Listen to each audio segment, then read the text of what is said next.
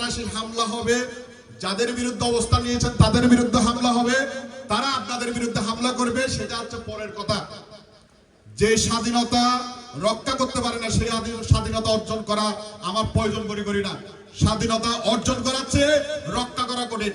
এখন আপনারা যারা উপস্থিত আছেন, আপনাদের মাগরিবের আজানের কারণে আমার বক্তব্য এখানে আমি সংক্ষিপ্ত করব, যেহেতু আমাদের ধর্মীয় অনুশাসন আমাদেরকে মানতে হয়। আপনারা যারা এখানে উপস্থিত হয়েছেন, আপনারা কি একসাথে এক কণ্ঠে আপনারা কি বলতে পারেন আমরা এই কমিটির স্বচ্ছতার জন্য আপনারা যে কোনো সময় প্রশ্ন করতে পারবেন, যে কোনো কিছু জবাবদিহিতা করতে পারবেন, সেটা সভাপতি নিশ্চিত করবে আজকে বক্তব্যে। আমার সাথে কি আপনারা বলতে পারেন আমরা কি এই সংগঠনকে ধারাবাহিকভাবে আমরা চলমান রাখবো না রাখবো না?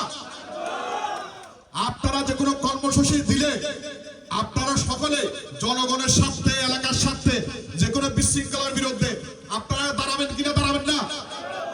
তাহলে আমরা মুষ্টিমেয় এখানে যাওয়া যত লোক প্রতিনিধিত্ব করছেন আমরা আশ্বস্ত হলাম, এটা আমরা এর ধারাবাহিকতা আমাদের এই আন্দোলন, আমরা এটা শুধু চাঁদাবাজদের এবং বিভিন্ন বিশৃঙ্খলাকারীদের বিরুদ্ধে সংগঠন না, এটা আমরা সামাজিক কর্মকাণ্ড রাখবো।